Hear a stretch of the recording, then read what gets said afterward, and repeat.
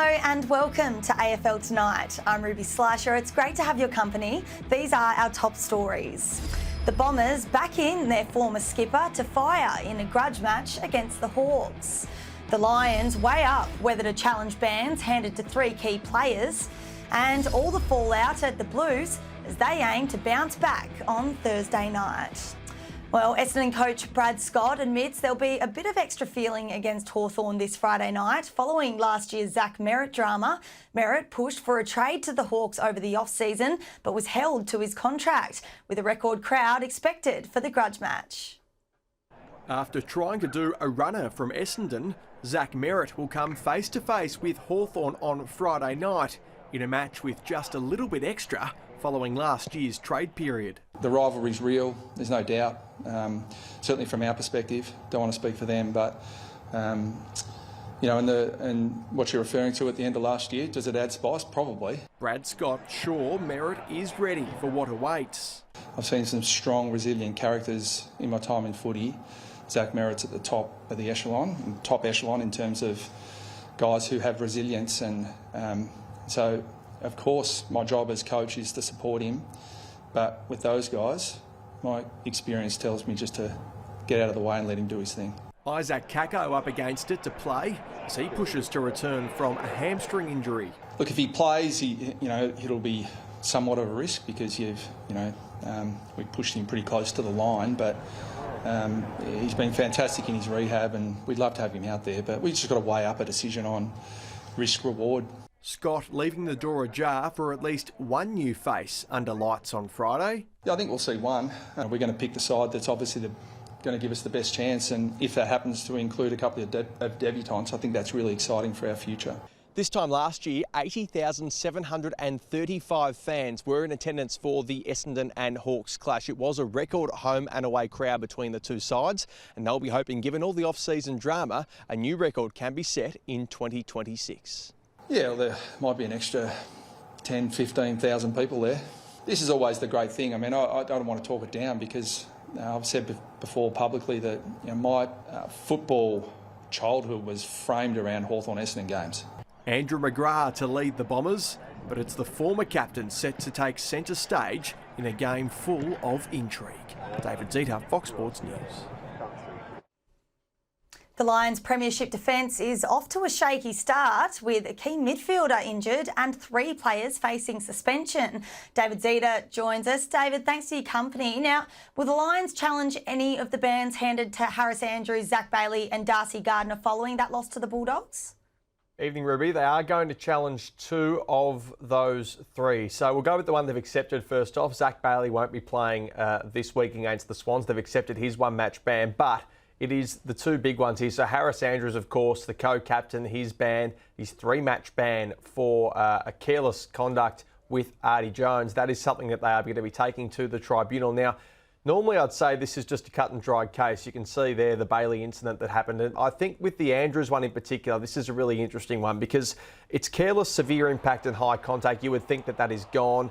He flung his arm out. He looked over his right shoulder. There is scope to lower impact though under new gradings. That is where this will come into play. So you can see here, Andrews, I think the Lions can try and argue he was down, he was crouched, he was trying to shepherd Jones, it was accidental. Normally that wouldn't hold any sway, but the key change here, I need to stress this, is that there are new guidelines in place, and in addition to the tribunal guidelines that say that the impact, if there are other factors relevant to the impact that include an observable level of force that are more consistent with a lower impact grading, that can be taken into consideration. So I think their best bet, they're not going to get this charge thrown out, I don't think.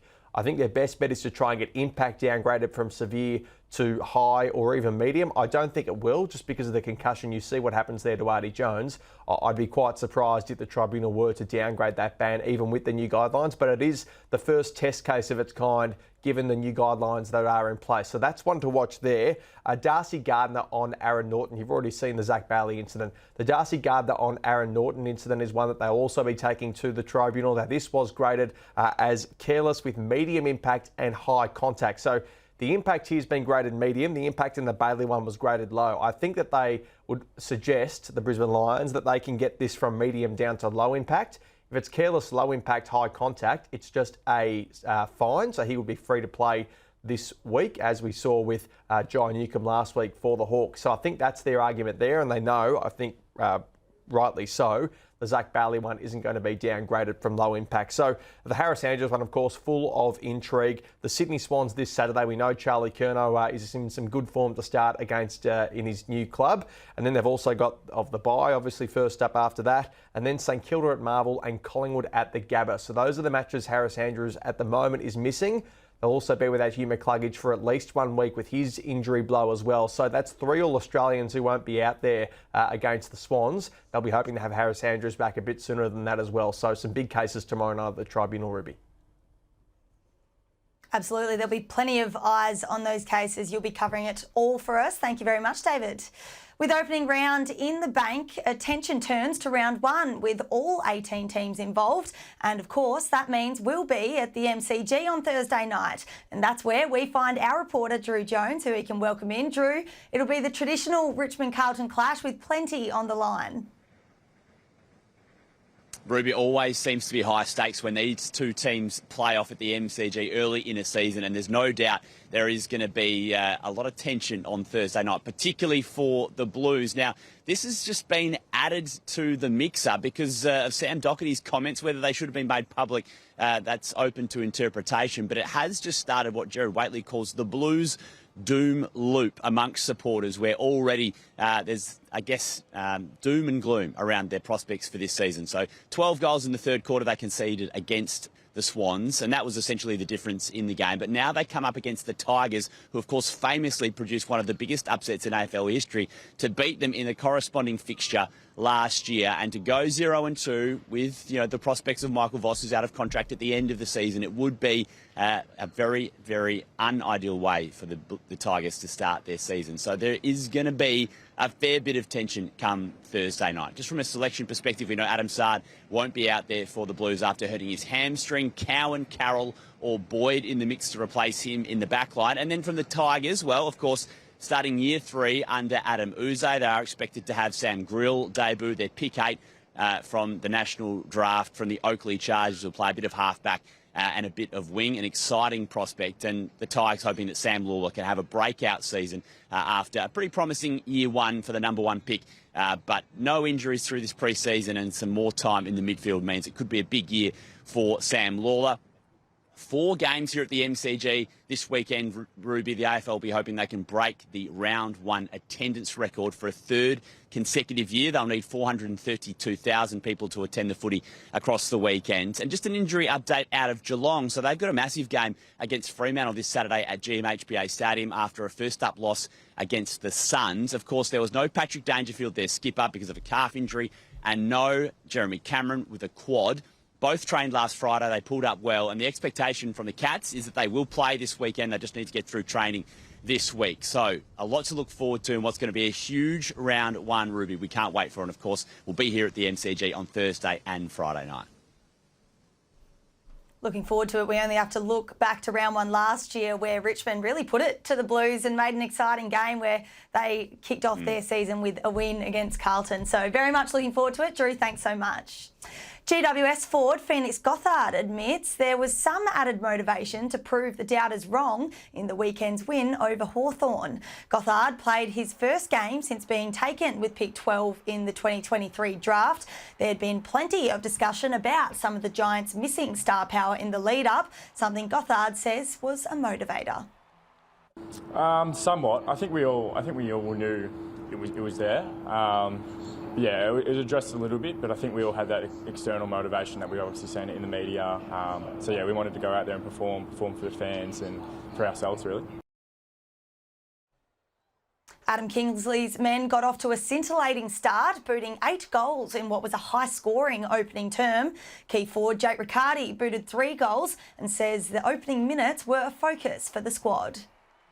Well, we actually did mention it a couple of weeks ago, just about our starts, and if you look through all our record last year, whenever we started well, we'd obviously play the game out really well too. So it was mentioned a couple of weeks ago, and then I guess a quarter time we put that score on the board. I thought personally just how we were playing for one was exactly how we wanted to, but then obviously to match that with 50 points in the first quarter, I guess it really set us up, and from there, you know, we had a lot of confidence going into the rest of the game. The Giants head to Melbourne this week to take on the Western Bulldogs, who are fresh off a win over reigning premiers Brisbane at the Gabba. Jake Stringer will be in good form heading into the clash with his former side after booting 5 goals on Saturday. AFL 360 is coming up shortly on Fox Footy. Gerard Whateley and Gary Lyon will be joined by Brad Scott and Damien Hardwick for Coaches Night.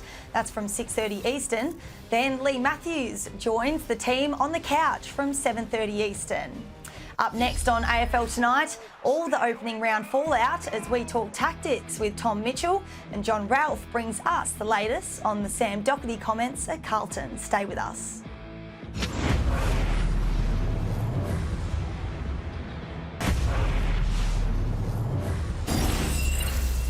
Moments of the Week, brought to you by Steel Blue Boots, established in comfort. Anderson fashions the kick. Good pick out long. Nice run from Reid. Hand pass to Petrarca. First look at the sticks. Petrarca. Oh, they'll love it. He's been through so much. Finds a new home and an adoring public immediately. It's Meek. Canelio tried to find Rouston, who goes back in again. He knew he dived on it, so he tapped it out into space. It'll sit for Stringer, who kicks it off the ground, and he's got a handful. 5 for Stringer. Oliver streaking through. Centering ball. First goal for the Giants. Oh, Clary looks magnificent in orange. Hand in the air. Strokes it to half forward. Bluff from behind. Looked likely long. Trying to charge forward towards goal. They're on the march. Rose Steele can run into an MCG goal. What a moment. Dogs are not out of this yet. Butterick, can he hit a bullet pass to Williams? Through hands, Williams to the pocket, a shake off, danced, bounce, back inside. Wow. And has Hammond at home. What about that? That's a team lifter, if you've ever seen one. To lead them all. He's been a bit of a lone hand this last quarter. They need a goal. And Ford grabbed it out of the ruck. Wow. And provided just the tonic. It finds a target. Richards looks up and goes. He's got Fraser out the back, or English. Wow. English strolls in. No. He holds it up. In he struts. Dogs lead. They win the contest. They win the day. They win the night. What a win for the Western Bulldogs. One more for the road. No, it doesn't matter. Ladies and gentlemen, you have witnessed a classic. $10 is donated to breast cancer care from every pair of pink and purple Steel Blue boots sold. Over $2 million has been raised so far to help provide breast care nursing, mental health, financial and practical support to those affected by breast cancer and their loved ones. Visit steelblue.com to show your support and find a store near you. Welcome back to AFL Tonight. I'm Ruby Slisher. Time to bring in Jon Ralph ahead of a big edition of On the Couch. Ralphie, thanks for joining us. One of the big talking points off the field was Sam Doherty's analysis of his former side, Carlton. It was aired on a Dan Gorringe podcast. Firstly, what's been the reaction at Icon Park to the blunt assessment from a former captain? Hello, Ruby. Well, first off, Carlton's fully aware that if you give up 12 goals in a quarter, you will have a massive red target on your head for all the Monday morning experts, and that's exactly what happened.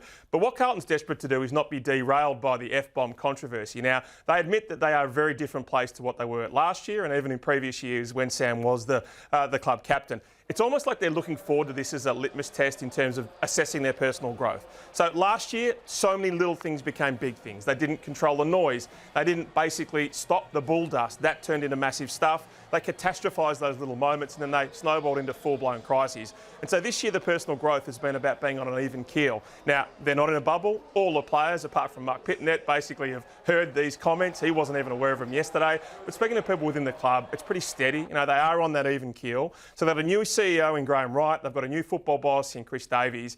And I think their view has been, what kind of club would we be to be derailed by an influencer, footballer, podcast with a person who's not there anymore at a game with a game plan that we aren't playing anymore. And so they get to really live that mantra on Thursday. They have absolutely been that club that's just been disastrous in trying to manage these kind of incidents, but I think they feel like they're in a much better place. Just from a selection point of view, it's a lot of fans calling for Lewis Young's head after he was, involved in some shaky moments, but I think the Carlton view is that he was fantastic on Logan McDonald, kept him to very little impact in the game. So I think he'll hold his spot in that team.